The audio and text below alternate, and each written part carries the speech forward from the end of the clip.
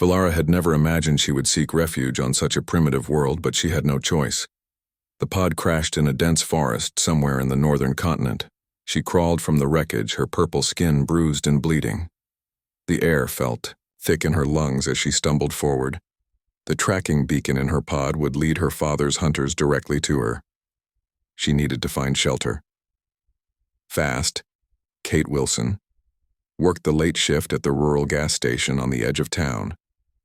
She was saving money for college, dreaming of studying xenobiology someday. Little did she know her first encounter with alien life would happen on a quiet Tuesday night. As she was closing up, she saw a strange glow coming from the forest beyond the parking lot. Curiosity overcame caution, and Kate grabbed her flashlight to investigate. The beam of light caught Valara by surprise. She hissed defensively, revealing sharp teeth. Her large almond eyes reflected the light like a cat's. Her torn royal garments, still, sparkled with exotic metals unknown to Earth. Kate froze in shock but didn't run. "Please help me," Valara spoke the translation device at her throat, converting her native language. Kate stared in disbelief, but something in those alien eyes spoke of desperation and fear. "They want to kill me." Valara continued, "My father wants me dead." Kate made a decision that would change everything. "Come with me," she said. "I can hide you." Kate led the alien woman to her old truck. Valara moved with a strange grace. Despite her injuries, they drove in silence through the dark country roads until they reached Kate's small apartment on the edge of town. Kate lived alone, which was fortunate considering her new guest. She helped Valara inside, careful to avoid being seen by neighbors. The alien princess looked around the humble dwelling with curious eyes. "Your home is small," she observed. "It's all I can afford." Kate replied, "I work at the gas station to pay for classes." She gestured for Valara to sit on the worn couch. "Why does your father want to kill you?" Valara touched the translator at her throat. "I discovered his plans for your world, the Krelian Empire. We harvest planets for resources. We strip them bare." Her large eyes looked down in shame. "My father, the Baron, has targeted Earth next." Kate tried to process this information. "So you're saying aliens are planning to invade us?" "Not invasion," Valara clarified. "Consumption. Your people would never know until it was too late. We have technology that can extract resources without detection.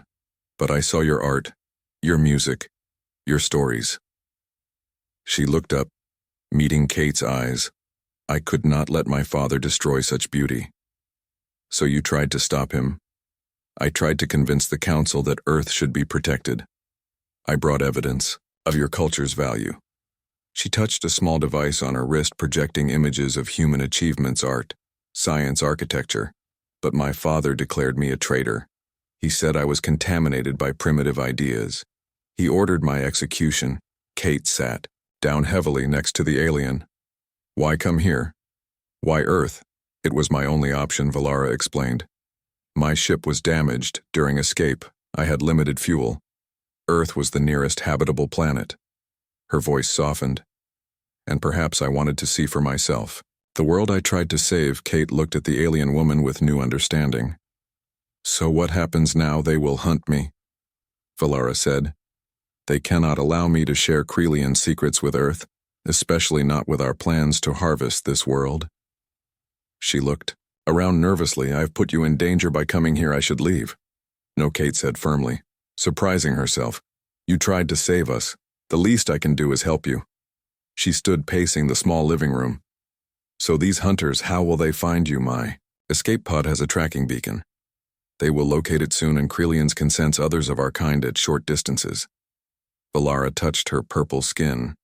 "It is a biological connection. We need to disable that pod." "Then," Kate said, "and keep you hidden while we figure out what to do." Valara tilted her head, studying the human woman. "You would help me knowing what I am?" "Knowing the danger," Kate nodded. "I would." The alien woman seemed moved by this. "Yes, humans are indeed worth saving." They spent the night planning. Kate treated Valara's injuries using her limited first aid knowledge. The alien healed quickly, her biology clearly different from humans. In the morning, Kate called in sick to work. She needed time to figure out their next steps. They returned to the crash site before dawn. Valaris' pod lay half buried in forest soil. The sleek metal craft unlike anything human technology could create. Kate stood guard, while Valara worked to disable the tracking systems.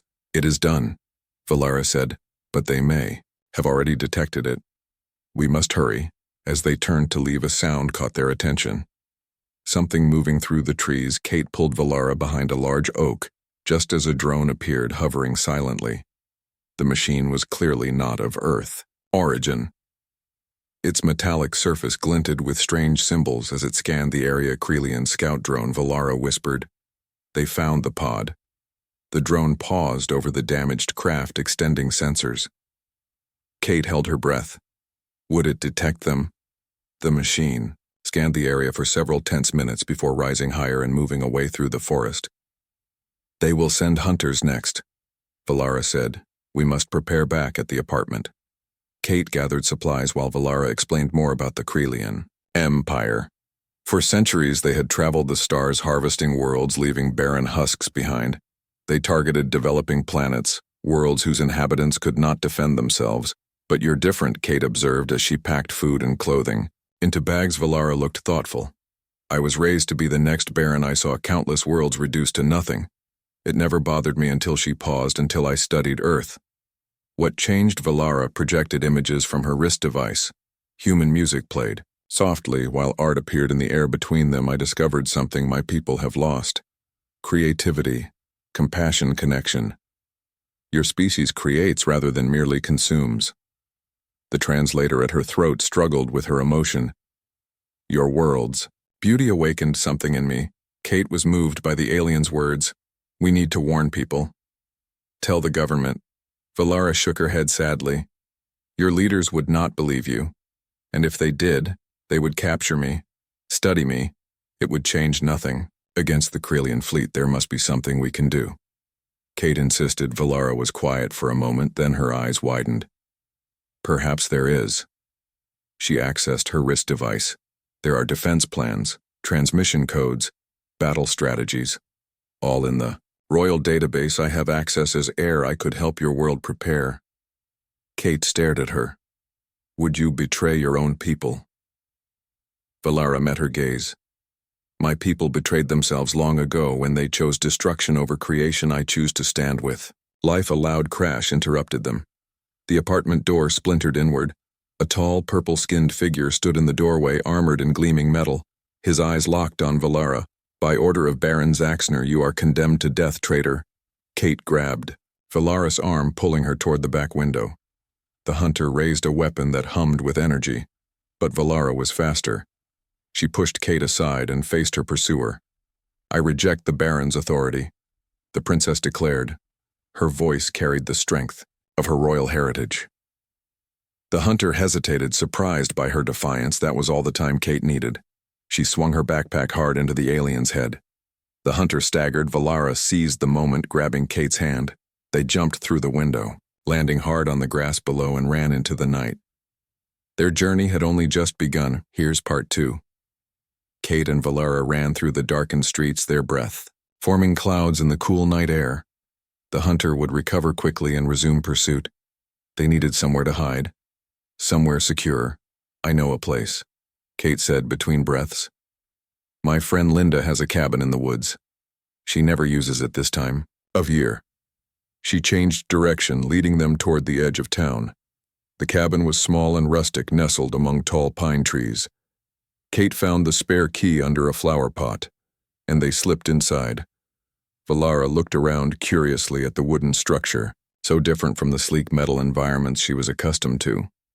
"We should be safe here for now," Kate said, drawing the curtains closed. "No one knows about this place except Linda, and she is traveling abroad." Valara sat on a worn sofa, her purple skin almost glowing in the dim light. "I put you in great danger," she said. "I am sorry." Kate shook her head as she lit a fire in the small fireplace. "You tried to save my world. That hunter, would he really have killed us both?" Without hesitation, Valara confirmed. "My father does not tolerate defiance. The hunter was sent to eliminate me and any who assist me. She touched her translator. The Krelian Empire sees other species as resources, not equals. Kate sat beside the alien woman. Tell me more about your people. Your world. Valara projected images from her wrist device. A red planet appeared with 3 moons orbiting it. Krelior, she said. Our home world was once beautiful with vast oceans and forests, but we depleted it centuries ago. The projections changed, showing massive cities of metal and stone sprawling across barren landscapes. Now we must harvest other worlds to survive, and your father leads this.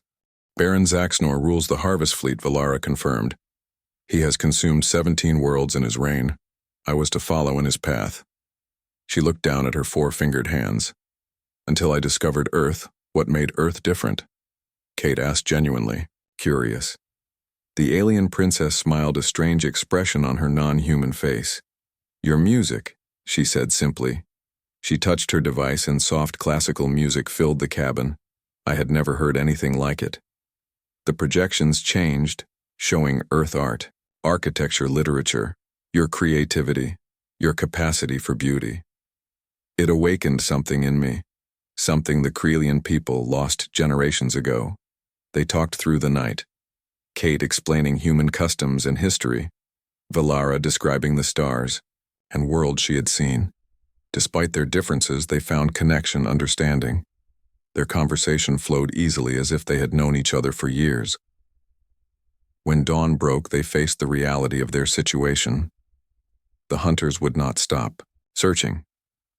They needed a plan. Your world governments must be warned, Valara said. The Krelian harvest fleet will arrive within 1 Earth cycle. Your people must prepare. But how? Kate asked. Who would believe us? Valara touched her wrist device. I have access to royal databases, military plans, harvest schedules, technical specifications. All the evidence needed to convince your leaders. They spent the day compiling information. Valara translated Krelian data into forms humans could understand. Kate organized it into a compelling presentation. By evening, they had everything they needed to warn Earth. We need internet access, Kate said. The cabin was too remote for a signal. We have to go back to town. As darkness fell, they made their way carefully toward the library. Kate knew it had public computers and stayed open late. The streets were quiet as they approached, Kate keeping a watchful eye for any sign of the hunter. The library was nearly empty. A single librarian sat at the front desk, barely looking. Up as they entered, Kate led Valara to a computer in the back corner, hidden from view. They uploaded the information package, addressing it to major news outlets, government agencies, and scientific institutions. Just as they finished, a commotion erupted. At the front of the library, Kate peered around the bookshelf and her heart sank. 3 hunters, now not one, stood at the entrance, their alien appearance causing panic among the few patrons. They found us, Valara whispered. We must flee. Kate looked at the emergency exit, but hunters stood between them and freedom. Then she had an idea. The library basement. Follow me, she whispered. They slipped down a narrow staircase as chaos erupted above. The basement was dusty, filled with old books and supplies. Kate led Valara to a maintenance tunnel. The library was connected to other buildings through the old steam system. The tunnel was dark and cramped. They crawled through cobwebs and dust, hearing the sounds of pursuit fade behind them. After what seemed like hours, they emerged in the basement of the town hall. The building was empty at this late hour. They made their way to the roof, needing a vantage point to plan their next move. From the rooftop, they could see movement in the streets below. The hunters were methodically searching buildings, their alien technology glowing in the darkness. The information is sent, Kate said, but will it be enough? Will anyone believe it? Valara looked up at the night sky. I could send a signal, she said. A warning, directly to your space agencies. My royal codes would mark it as authentic. Do it. Kate urged. Valara worked with her wrist device, sending a coded transmission to Earth satellites. The message contained coordinates and timing for the coming Krelian fleet. It was a direct warning, impossible to ignore. We should move, Kate said. The hunters will trace your transmission. They made their way across rooftops, staying low and hidden. The night was their ally, concealing their movements from those searching. Below, Kate led them toward the edge of town where they could return to the forest and the relative safety of the cabin. As they crossed the final rooftop, a brilliant light illuminated them from above. A Krelian scout ship hovered silently its searchlight, fixing them in place. Kate froze, but Valara pulled her into motion. Run, she commanded. They raced down the fire escape, the ship following above. They reached the street and sprinted toward the darkness of the tree line. The ship fired a pulse of energy that struck the ground near them. The concussion threw them forward. Kate felt the air knocked from her lungs as she hit the ground. Hard Valara helped her up, half carrying her as they stumbled into the forest. The dense trees provided some cover from the ship above, but they could hear hunters crashing through the undergrowth behind them. We're trapped. Kate realized. Valara stopped suddenly, her expression changing. She touched her device, scanning. No, not trapped, she said, looking at Kate with new hope. My people have received the signal. What signal? The transmission I sent. It wasn't just to your agencies, Valara explained. I included a message to those who oppose my father. There is a resistance within the Krelian Empire. Those who believe, as I do, that we must change our ways. You never mentioned this. I wasn't certain they would respond, Valara admitted, but they have. She pointed skyward. Through the trees, Kate could see new lights in the sky, different from the hunter ship, moving fast, descending. The resistance is coming, Valara said with hope. Her device beeped with an incoming transmission. She read it and smiled. They will help us, but we must reach the landing point. It's 5 miles north, Kate nodded. Determination. Replacing fear. Let's go. They moved deeper into the forest using Valara's device to guide them. The sounds of pursuit grew more distant as the hunters were confused by the new ships arriving. The night grew colder, but they pressed on, supporting each other. When the terrain grew difficult just before dawn, they reached a small clearing. Valara checked her device and nodded. This is it. They waited, breath clouding in the chill morning air. Minutes passed, tension growing. Kate began to worry. Had they been betrayed? Was this a trap? Then the air shimmered and a ship appeared where nothing had been before. Unlike the angular hunter vessels, this craft was smooth, organic in design. It settled silently on the grass, the hull opening to reveal a ramp. A figure emerged, tall and purple-skinned like Valara, but dressed in simple clothing rather than royal garments or hunter armor. The Krelian looked at them, then focused on Valara. Princess. The newcomer said, bowing slightly. The Resistance welcomes you. We received your transmission and your evidence about Earth. The Council is divided. Your father faces opposition for the first time. Valara stepped forward. This is Kate, she said. My friend and ally, without whom I would not have survived. She has helped me see the true value of this world. The Resistance member nodded respectfully to Kate. Our apologies for your treatment, human. We are not all like the Baron. Kate found her voice. Does this mean Earth is safe? Not yet, the Krelian replied. The harvest fleet still comes, but now there is hope. The Resistance grows stronger with the princess supporting our cause. Valara turned to Kate. This is our chance. We must go with them. Take our evidence to the Krelian Council. Challenge my father directly. Kate hesitated. Leave Earth. It is the only way to truly save your world, Valara said. Taking her hand, the Resistance needs us both. Your perspective as a human is powerful evidence. Kate thought of her small life, the gas station college dreams that seemed distant, now against that the fate of her entire world. How could she refuse? I will go with you, she decided. Valara smiled. Thank you. She turned to the Resistance member. We go to Krelior to face my father. The Krelian bowed. We depart immediately. The hunters have detected us together. Kate and Valara boarded the alien vessel. The door sealed behind them as the ship hummed to life. Kate watched through a viewport as Earth, the only home she had ever known, grew smaller below. Then the stars stretched into lines of light and they were gone. heading toward an alien world and an uncertain future, but they faced it together. A human and an alien princess united in purpose and growing friendship. The fate of Earth now rested in their hands. Here's Part 3. The journey to Kralior took 7 Earth days. Valara explained that the Resistance ship used hidden hyperspace routes to avoid detection by the Baron's forces. During this time, Kate struggled to adjust to alien food gravity and the constant hum of the ship's engines.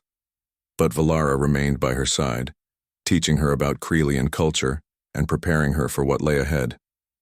The Resistance crew treated Kate with cautious respect. She was the first human most had ever seen. A living testament to what they fought to protect. Kate spent hours answering their questions about Earth life, showing them images on her phone which fascinated them. In turn, she learned about their society, the rigid hierarchy, the resource wars, the growing but secret resistance movement against Baron Zaxnor's destructive policies. Kate learned that Valara was not alone in her change of heart. Many younger Kralians had begun questioning the harvest system. Some had studied Earth transmissions intercepted over decades. They saw in humanity a reflection of what their own people had once been, before desperation and greed hardened them. The Resistance leader, a tall female Kralian named Mirana, showed Kate the ship's observation deck. The stars streaked past in hypnotic patterns. "This is what we fight for," she told Kate. "A future where we can explore, not exploit. Where we can learn from other species, not consume them." She gestured to the viewport. "Your Valara has given us hope that change is possible, my Valara." Kate repeated the phrase, feeling strange yet somehow right. Mirana noticed her reaction. "The princess has never connected with anyone the way she has with you. There is a word in our language, Kelsavar.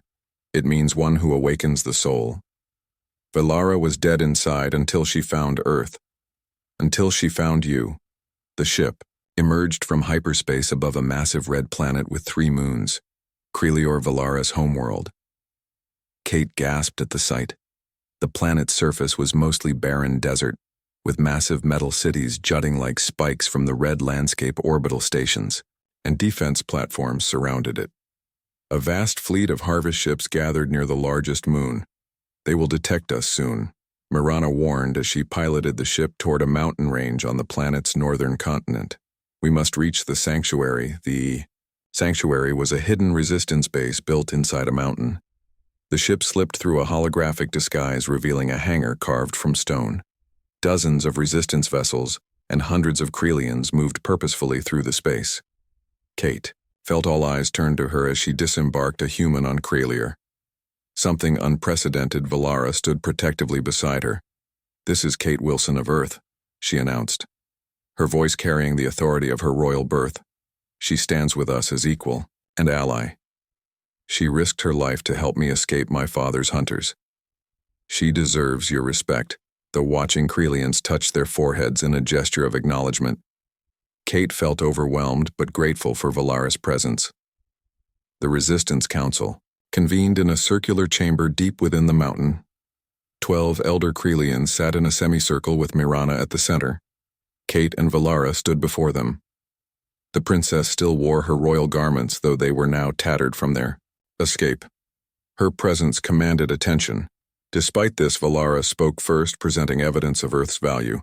The council watched projections of human art, music, literature, scientific achievements. Some seemed moved, others remained skeptical. Then, Kate stepped forward. She spoke from the heart about her world, its beauty, its flaws, its potential.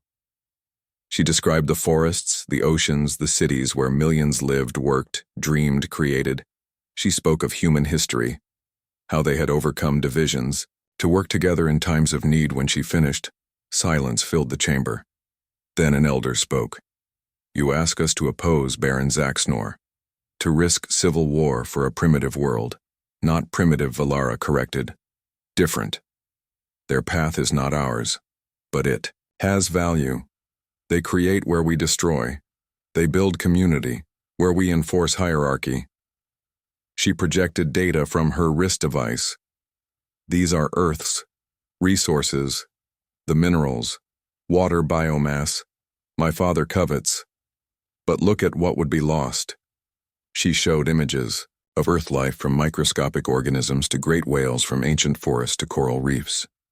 An interconnected web of life evolved over billions of years. Another council member leaned forward.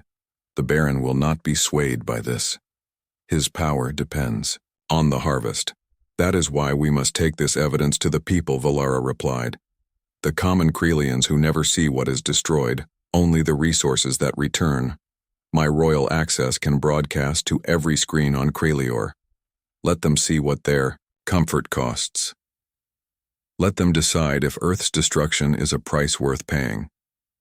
The council deliberated while Kate and Valara waited outside the chamber. Marana approached with urgent news. The Baron has accelerated his plans. The harvest fleet launches. In 3 days, not 7 as planned. He knows you have returned, Princess. He fears what you might do. Valara turned to Kate with determination. We must act now before the fleet departs. The council emerged with their decision. They would support Valara's Plan A daring broadcast to all of Krelior, but they would need to infiltrate the central communications tower in the capital city, the most heavily guarded location on the planet. Kate looked at the tactical displays, feeling overwhelmed. This isn't like breaking into the town library. This is impossible, Marana finished. But necessary.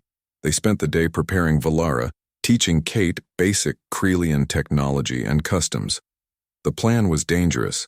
Marana would lead a team to create a diversion at the city gates. Valara, using her royal access codes, would enter through a secret passage known only to the royal family. Kate would accompany her to present the human perspective. Once inside, they would override the emergency broadcast system and transmit their evidence to the entire planet. As night fell on Krelior, they donned disguises. Valara wore the plain clothing of a worker, her royal insignia hidden. Kate was harder to conceal. Her pink skin and round eyes marked her clearly as non-Krelian. They decided on a hooded cloak and breath mask, common among those who worked the toxic outer lands. The Resistance provided transport, a cargo hauler that regularly delivered supplies to the capital. The journey took hours across the barren landscape, Kate watching through viewports as the alien world passed by. It was beautiful in its starkness, red mountains against a purple sky. The 3 moons hanging low on the horizon, casting multiple shadows. The capital rose before them, a vast metropolis of metal spires and arching bridges. The central tower dominated the skyline, reaching toward the stars. The seat of Baron Zaxnor's power. They passed through the outer checkpoints, Valara's forged credentials holding up to scrutiny. The cargo hauler delivered them to a warehouse district near the city's center. From there they proceeded on foot, keeping to shadows. Moving with purpose as Valara had instructed, Krelians did not dawdle or wander. Purposeless movement would draw attention. The diversion began right on schedule. A series of explosions at the main energy distribution hub. Emergency alarms blared. Guards rushed toward the disturbance. Valara led Kate to a maintenance tunnel beneath an unassuming building. This passage was built generations ago, Valara explained as they descended, a secret escape route for the royal family in case of rebellion. She touched a hidden panel revealing a scanner. Her palm pressed against it, lights flashing as it read her genetic signature. The wall slid open, revealing a narrow passage.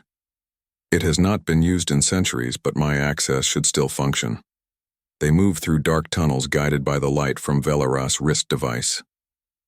The air grew stale as they proceeded deeper below the city. Kate struggled to control her breathing, the alien atmosphere already taxing her lungs. At last they reached a vertical shaft. Valara pointed upward. The central tower. This shaft connects to the broadcast level. Security will be minimal there. It is considered impenetrable. They climbed using handholds carved into the shaft wall. Kate struggled, her human muscles straining against Krelior's stronger gravity. Valara helped, pulling her up when needed. At last they reached a small platform. Valara pressed her palm to another scanner. The panel beside them slid open, revealing a dimly lit corridor. They emerged in what appeared to be a storage room. Valara checked her device. No alarms. We are undetected. She led Kate through a series of corridors. The broadcast center was ahead. The diversion would not last much longer. They needed to hurry. The broadcast center was a circular room filled with technology beyond Kate's understanding. Screens lined the walls showing various parts of the city and planet. Two Krelian technicians looked up in shock as they entered. Valara stepped forward, removing her disguise, revealing her royal garments beneath. "By right of birth, I command this station," she declared, her voice carrying the weight of authority. The technicians recognized her. "At once, Princess," they said in unison, then noticed Kate. Their eyes widened. "What is that creature?" "A representative of Earth," Valara replied. "The world our Baron would destroy." She moved to the central console, pressing her palm to it. The system recognized. Her royal codes activating under her command. "I am initiating. Planetary broadcast." One technician moved to stop her, but Kate stepped forward, blocking his path. The alien hesitated, confused by her strange appearance. That moment of uncertainty was enough. Valara completed the sequence. "Attention, people of Krelior." Valara's voice echoed across the planet, transmitted to every screen, every communication device. "I am Princess Valara, daughter of Baron Zaxnor. I speak to you with urgent truth. Our empire faces a choice. Continue the path of destruction or embrace a new way." She activated the evidence package. Images of Earth filled screens across the planet. Forests, oceans, cities, human faces, art, music, achievements, the beauty and diversity of the world. The Baron planned to harvest. "For too long we have taken without thought," Valara continued.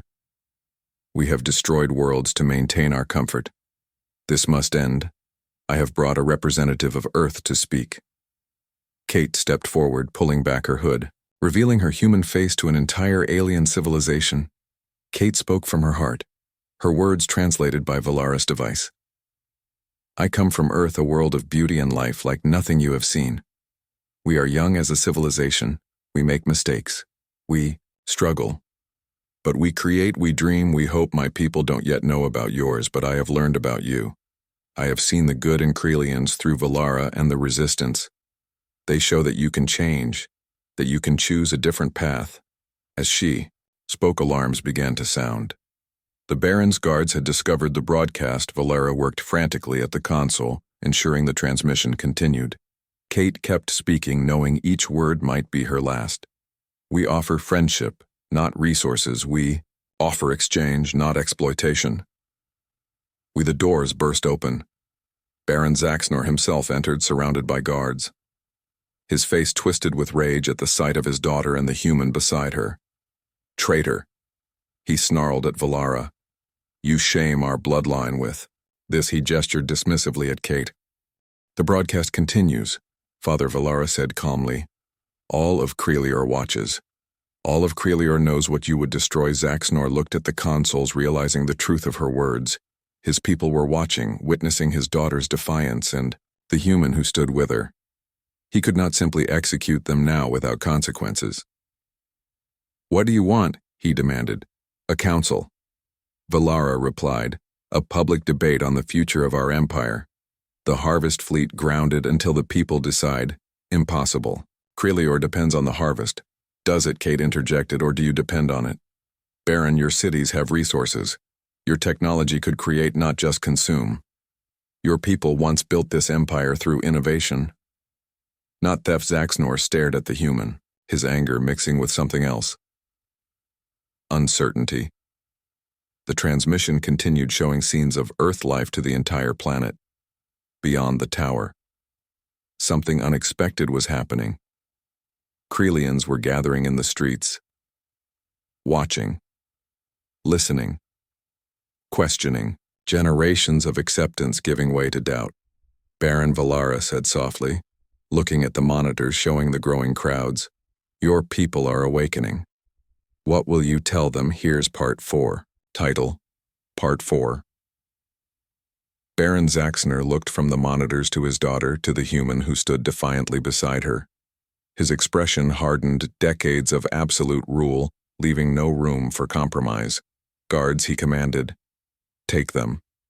The guards moved forward, but hesitated as Valara raised her hand. "Father," she said, her voice steady. The people are watching. How you respond now will determine the future of our empire. Execute us, and you confirm everything we've said, that you rule through fear, that you hide. The truth of what the harvest truly costs. Zaxnor glanced at the screens. The crowds outside the tower were growing. People rarely gathered spontaneously on Krelior. Such behavior had been discouraged for generations, yet now they assembled watching. The broadcast questioning. The situation was unprecedented. Very well, the Baron said, his voice cold. You wish debate? You shall have it before the High Council tomorrow. He gestured to his guards. Take them to the royal quarters. Keep them under guard as. They were led away. Kate whispered to Valara. Is this good or bad? Valara kept her expression neutral. Better than immediate execution, she replied softly. But the High Council is controlled by my father.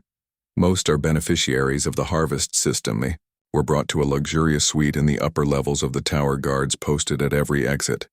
Kate marveled at the alien opulence, flowing metal furniture that seemed to defy gravity. Crystals that emitted soft light-changing color with the movement. In the room, viewports showing the sprawling capital and the red desert beyond. This was my home, Valara said, touching the walls with familiarity. I grew up here trained to rule, never questioning our ways.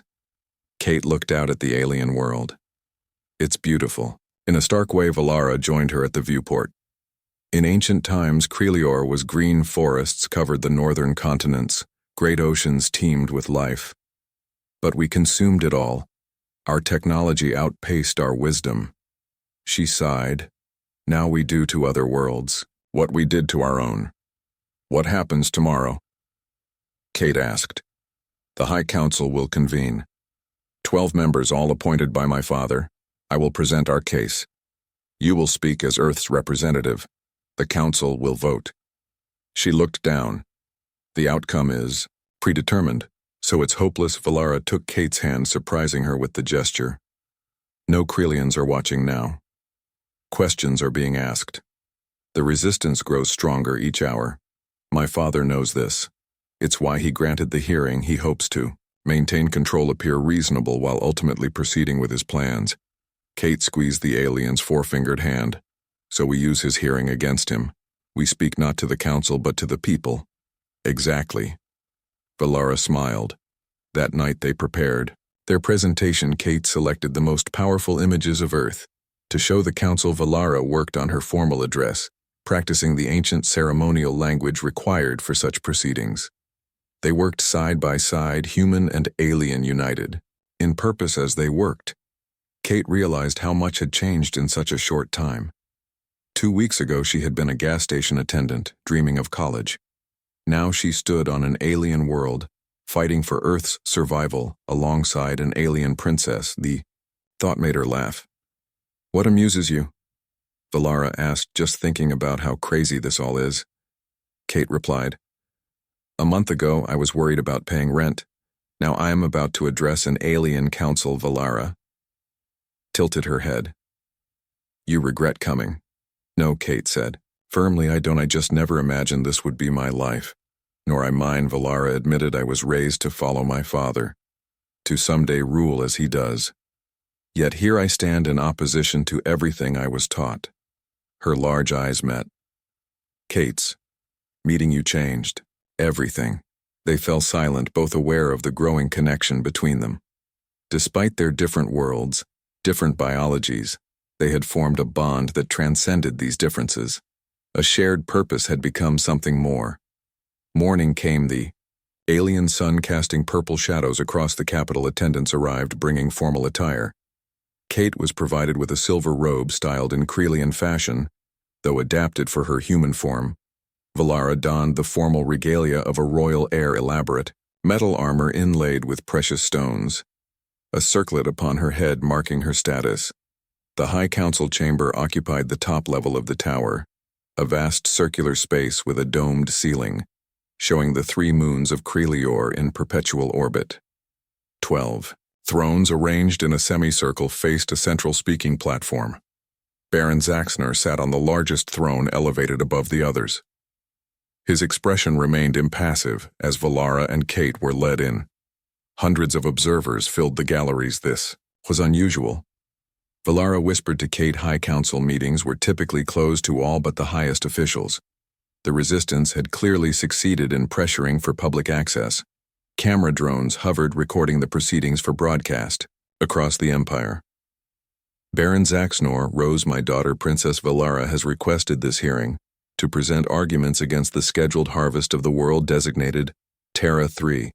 He spoke formally, addressing the council rather than Valara directly. She brings with her a specimen from this world to support her case. Kate bristled at being called a specimen, but Valara touched her arm cautiously. Be calm, she whispered.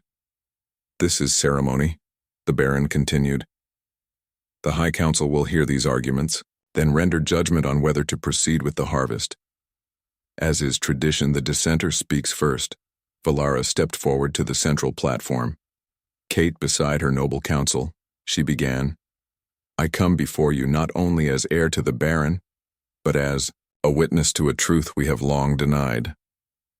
Our empire built on the harvest of worlds cannot continue this path. Her voice grew stronger. We destroy countless species, countless potential civilizations to maintain our comfort. This must end. She activated her wrist device, projecting images of Earth life, the diversity of species ecosystems, human cities, villages, art, music, literature. The council watched, some with interest, others with obvious disdain. The world you call Terra 3, Earth as its inhabitants. Name it represents not just resources but possibility. Kate Wilson of Earth will speak. Kate stepped forward, her heart racing but her voice steady. I come from a world that knows nothing of yours. We believe ourselves alone in the universe. We struggle. We fight amongst ourselves. We make countless mistakes, but we also create. We build. We dream. Her voice grew passionate as she continued, showing images of Earth history, the development of medicine, music, mathematics. We face our own environmental challenges, yet we work to overcome them. We are young as a civilization, but we strive to be better. One council member interrupted. What relevance does this primitive development have to Krelior? Our need for resources is immediate. Kate met the aliens. Gaze, if you destroy us, you destroy all we might become, all we might teach you. Her words hung in the air.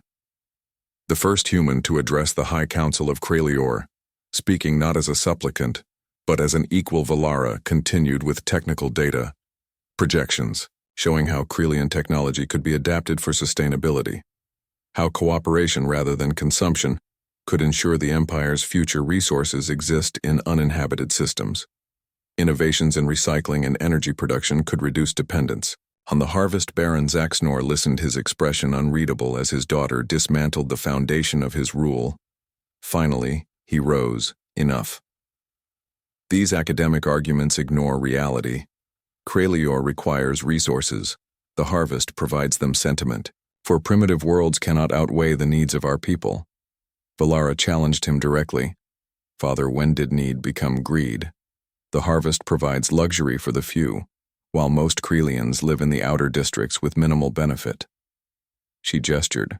To the observers, many clearly from those same districts, you speak of necessity, but your palace grows, while the people subsist. Murmurs spread through the gallery. The Baron frowned. Silence, he commanded. The ancient laws of Krelior state that the needs of our world supersede all others. The council will vote. The 12 council members entered their decisions into consoles before them. Kate watched, anxiety growing as lights appeared on the Baron's display. 10 votes for continuing the harvest. 2 against. The decision was made. Earth would be consumed, but something unexpected happened. As the vote concluded, the gallery erupted not in acceptance, but protest. Voices raised in unison, echoing the arguments Valara had made. One voice became, many became a chorus that grew beyond the tower, beyond the capital, across the planet. The Baron looked at the displays in shock. Crowds gathering in every city, Krelians who had watched the broadcast, who had heard Kate's words seen. Earth's beauty understood for the first time the true cost of their comfort. They demanded change. A council, Member leaned toward the Baron. The people they have never questioned. Zaxnor finished, his voice hollow. He looked at his daughter with new understanding. You planned this? The hearing was merely a platform. Valara stood tall. The people have always had the power, Father. They simply needed to recognize it. Beyond the tower, the crowds continued to grow. The resistance emerged from hiding, joining the public demonstration. What began as protest became revolution, not violent, but unstoppable. The collected will of millions of Krelians awakening to a new possibility. Zaxner looked at the monitors, at his daughter, at Kate, the human who had helped catalyze this moment. Decades of absolute rule crumbling before him. He had a choice: face this new reality, or resist and risk everything. I, Baron Zaxnor. He began, his voice carrying across the chamber, across the broadcast. To all Krelior, hear the voice of our people. He paused, visibly struggling with words that had never been spoken by a Baron. A new council shall be formed. One that represents all Krelians. The harvest fleet will remain grounded until this council determines our path forward. The gallery erupted in approval. Kate looked at Valara in astonishment.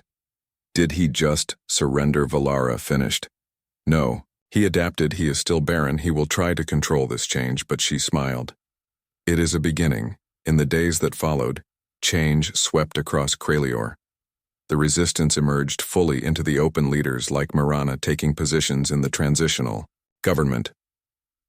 Kate remained as Earth's representative. Though unofficial, her presence was powerful. A living reminder of what had nearly been lost. Baron Zaxnor remained ruler in name, though his power diminished daily.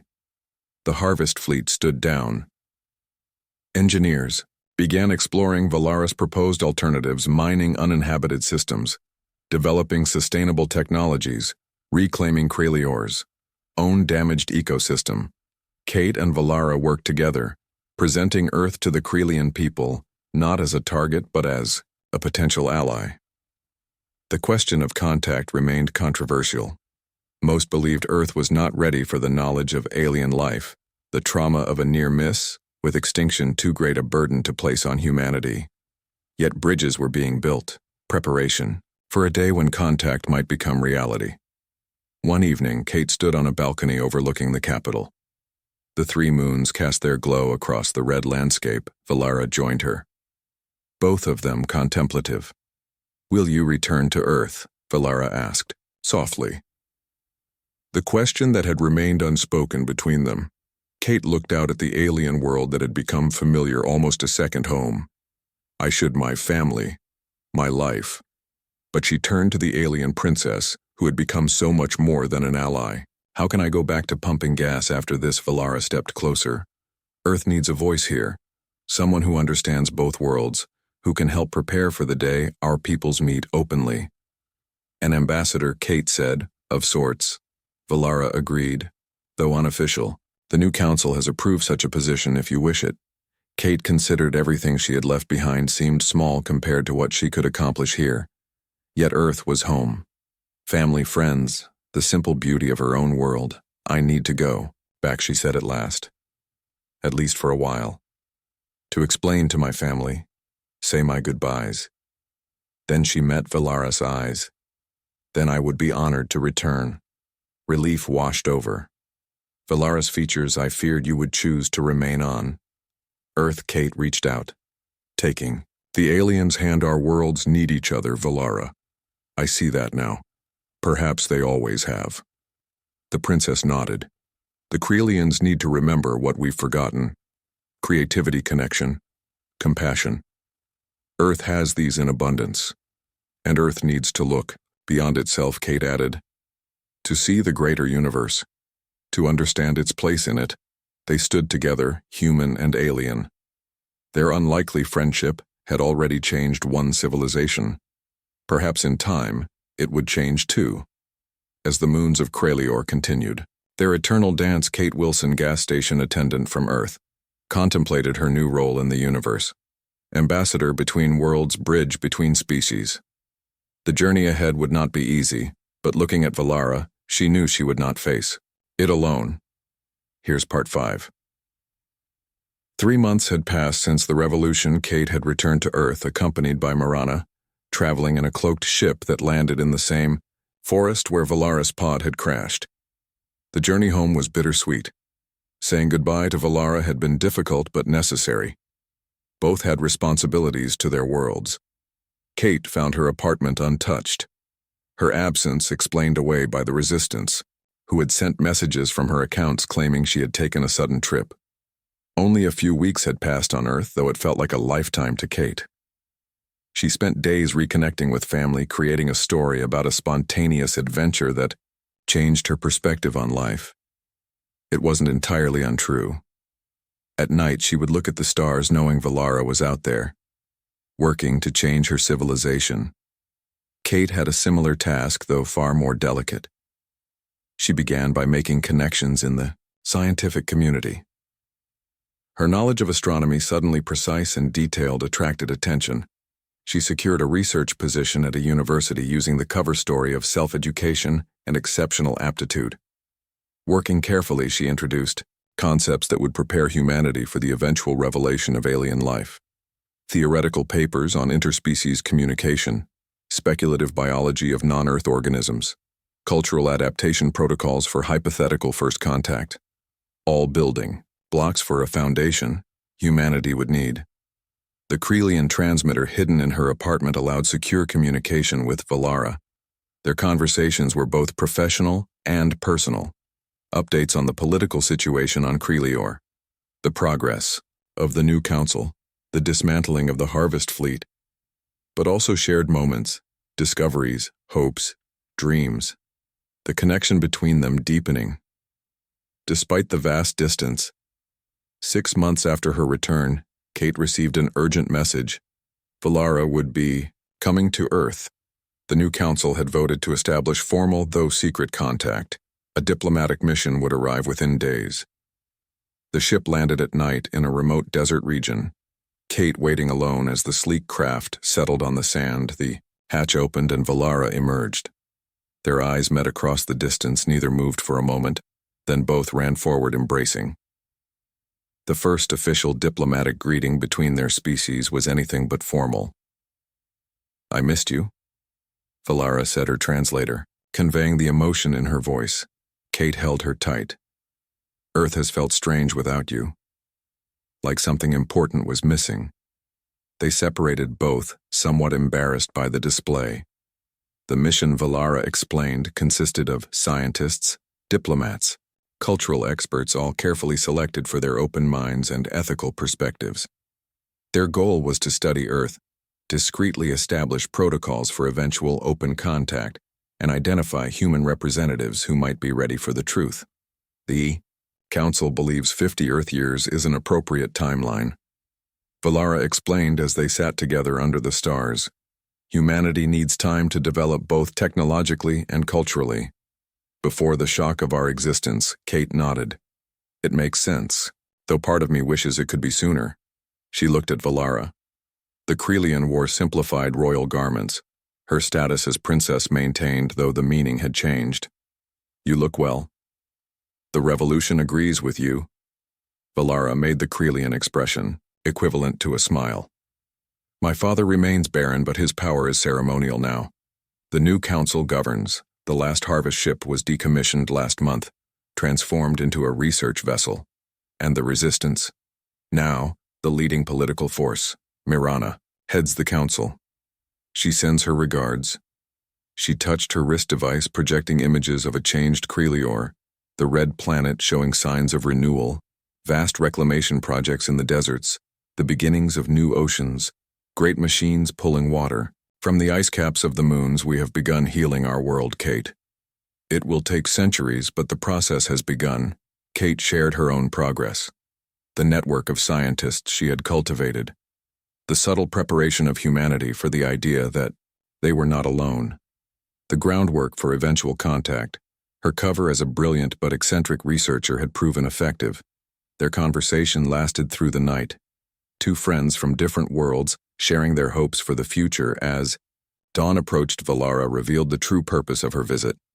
The Council has created a new position, she said, liaison between our worlds.